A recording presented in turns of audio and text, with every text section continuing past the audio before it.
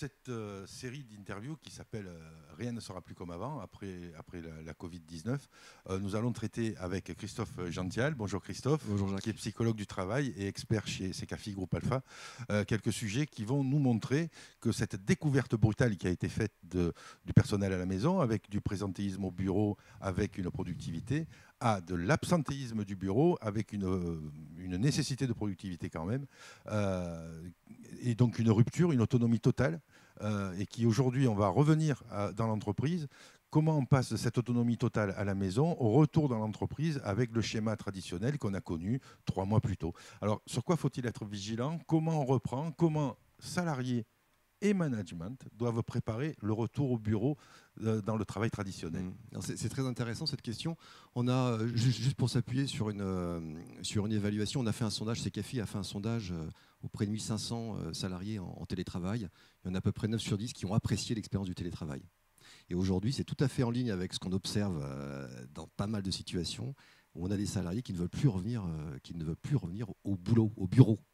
Ils ont pris goût à cette expérience, avec une surprise de l'employeur, certains malaises, avec des relations managers compliquées, avec des tensions aussi qui ont pu s'installer au cours de la période, avec des très gros déséquilibres de charges qu'on a pu observer. Certains qui portaient une énorme part du travail, quand d'autres se retrouvaient alors soit avec un travail allégé, soit parfois en chômage partiel, assez détaché du travail.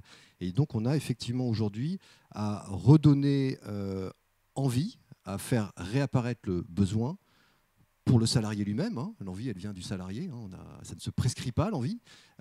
Lui donner à nouveau envie de revenir, participer en présentiel, collectivement, à quelque chose au travail, dans l'espace partagé du bureau. Ah oui, il y a une statistique. Alors, bien que l'Institut supérieur du travail m'ait dit qu'il n'y a pas de statistiques fiables sur le sujet, mais à peu près les études disent qu'autour de 60% des salariés n'ont pas envie de retourner au bureau et reprendre le travail comme il l'était précédemment. Donc ces gens-là, on va leur dire, il faut revenir quand même. Alors je vois que ça se fait progressivement. Certaines entreprises, c'est 2 jours, certaines, c'est 3 jours. Et je pense qu'à la rentrée, on reviendra sur quelque chose de traditionnel. Mais ce qui se fait, c'est que pour beaucoup d'entreprises, les chefs d'entreprise voient d'un autre œil le télétravail. Alors certains vont exploser sur le télétravail en disant c'était formidable, on va le généraliser. D'autres vont revenir complètement en arrière.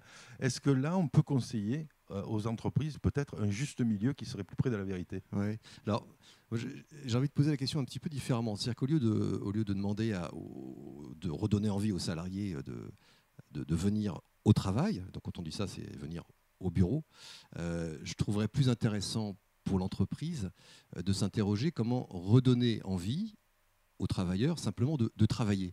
Est-ce que l'attente de l'employeur, l'attente de l'entreprise, du collectif, du manager, est-ce que c'est pas simplement d'avoir à la fin le travail bien fait qu'on est légitimement en droit d'attendre du salarié, et que le salarié aspire finalement à faire? C'est-à-dire que le travailleur est heureux au travail à partir du moment où il a la possibilité de faire du bon boulot, de faire du beau travail. Il va falloir mettre d'accord tout le monde quand même, parce que cet épisode-là, il ne faut pas oublier que les contraintes qui étaient faites aux salariés, c'était de télétravailler, de s'occuper des enfants, puisqu'ils n'allaient pas à l'école. En revanche, ils étaient abreuvés de devoirs, de cours qui arrivaient par Internet, etc. Et on a imposé aux parents d'être à la fois travailleurs et d'être à la fois enseignants. Donc des rythmes se sont imposés, des rythmes qui étaient différents en fonction des salariés dans la même entreprise et dans le même service. Est-ce que déjà le premier travail, il n'est pas de remettre tout le monde d'accord sur des heures? Oui, effectivement, on a eu avec cette expérience une espèce de bouleversement, et ce qui était la crainte avant l'épisode Covid, et la crainte des élus du personnel en particulier, c'est d'avoir une espèce de fusion entre la sphère personnelle et la sphère professionnelle avec des dérapages au détriment de la santé du salarié. Là, on a totalement explosé ça en fait, sous la contrainte et la brutalité de ce qui s'est passé.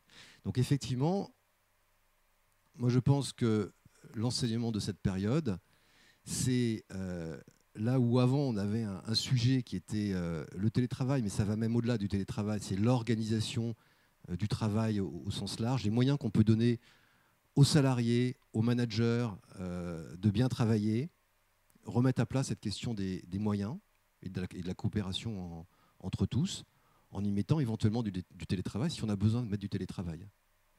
Et cette question-là, elle s'est résolue brutalement sous la contrainte pendant le confinement.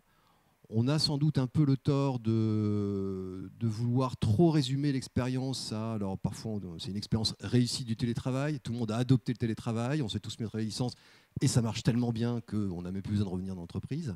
La réalité, elle est extrêmement diverse. Et effectivement, vous avez raison de le souligner, il y a eu aussi, dans ce qu'on a vécu, quelque chose qui n'avait jamais été fait auparavant. Alors nous, on l'a appelé chez Secafi un OSNI, un objet social non identifié, c'est-à-dire que le télétravail, c'était vraiment la poule et le couteau. On amenait le sujet du télétravail dans l'entreprise. Ça pouvait être dans un CSE, dans une réunion de travail, dans un comité de direction, en discussion avec des élus du personnel. C'est un sujet dont personne ne voulait vraiment s'emparer parce que tout le monde sentait que c'était un sujet assez risqué.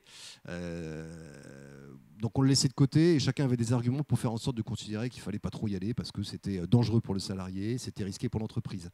Là, on s'est retrouvé d'un coup avec, pour certaines entreprises, dans certains métiers, tout le monde en télétravail, tout le monde, quand c'était possible, 100% de l'effectif, à temps complet, 5 jours sur 5. Alors habituellement, c'est ce que vous disiez, c'est plutôt un jour par semaine, de mes journées, 1 jour, 2 jours par semaine, fixés, prévus, etc. Là, c'était tout le monde tout le temps. Et avec un contexte qui était très particulier et parfois très très difficile à vivre, c'était effectivement la gestion de famille, la gestion de l'éducation, les repas à midi, etc., qui mettaient parfois les gens dans des conditions. Et puis à deux, parce que l'on se retrouve aussi dans le couple, parfois et souvent, avec les conjoints qui se retrouvent tous les deux à télétravailler.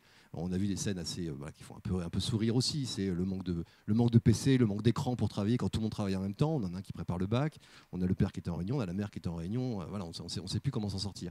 Ça, c'était quand même un contexte très particulier.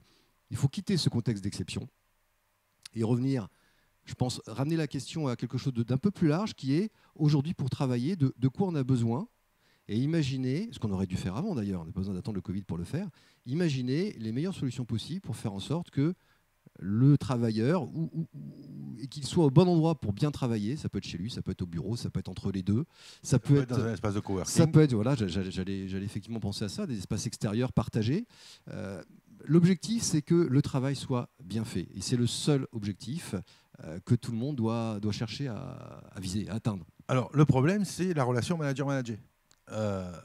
On s'est peut-être aperçu pendant cet épisode-là que certains n'étaient pas faits pour être manager. Il y a des exemples où des réunions au rythme hebdomadaire se sont retrouvées à des rythmes quotidiens, avec des réunions qui n'en finissaient plus, et des salariés qui disaient « je ne sais pas, quand je vais appliquer ce qu'on a décidé en réunion, puisque j'ai déjà une autre réunion ». Parce que les outils qui ont été mis, qui ont explosé pendant cette période, Zoom, Teams, etc., font qu'on a sollicité beaucoup plus les gens en réunion, et là, tout simplement pour rassurer les managers, quelquefois. Ouais. Effectivement, alors le manager dont on dit qu'il ne sait pas manager, je vous avouerai qu'on en voyait déjà avant le Covid. Là, il s'en est révélé peut-être. Il s'en est peut-être révélé. Ce qui est sûr, c'est qu'il faut tout réinventer. C'est-à-dire que le télétravail, ou on va dire le travail à distance, n'est pas du tout le même que le travail en présentiel.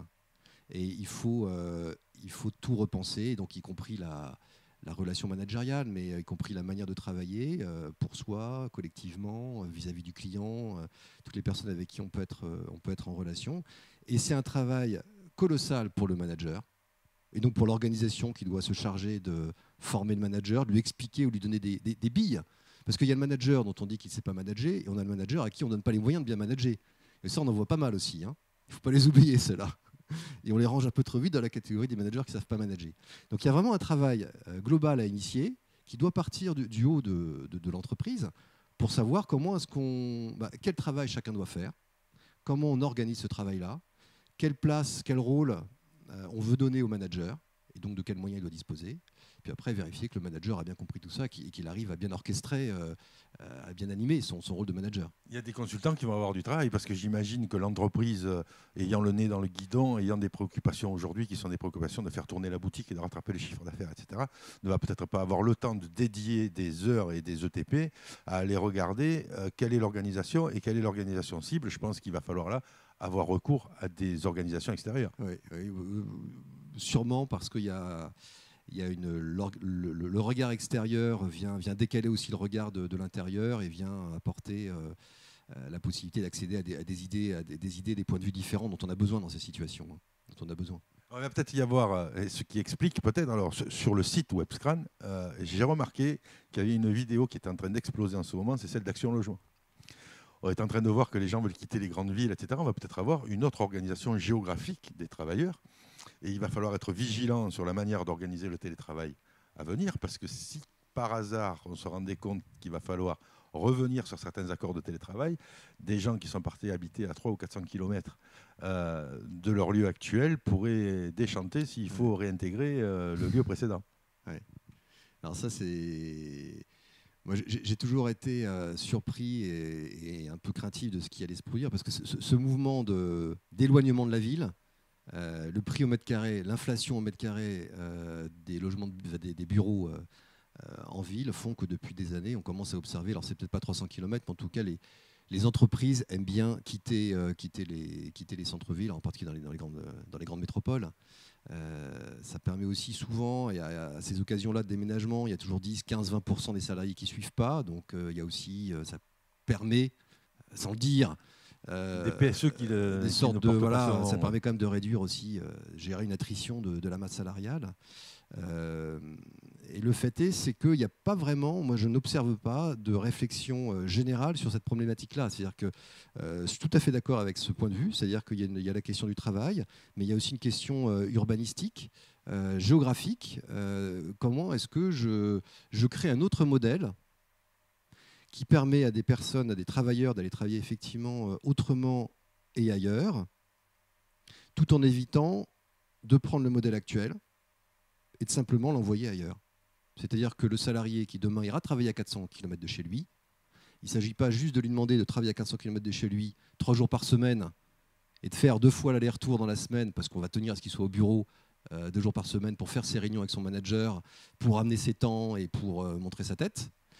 Il faut inventer une autre manière de travailler. Et peut-être qu'on va le voir beaucoup moins, peut-être qu'il faut le mettre un peu entre les deux, peut-être qu'il faut envoyer plus de monde à 400 km et dans une zone un peu de proximité par là-bas où les gens se sentiront bien pour qu'ils puissent se retrouver dans un bureau partagé à un endroit donné. Hein. Ça peut être un espace de coworking, effectivement, avec d'autres entreprises locales, mais recréer quelque chose, une économie qui soit aussi délocalisée, qu'on ne délocalise pas que le poste de travail, mais qu'on ait un raisonnement un peu plus large, de voir comment est-ce qu'on réorganise le travail et ce tissu social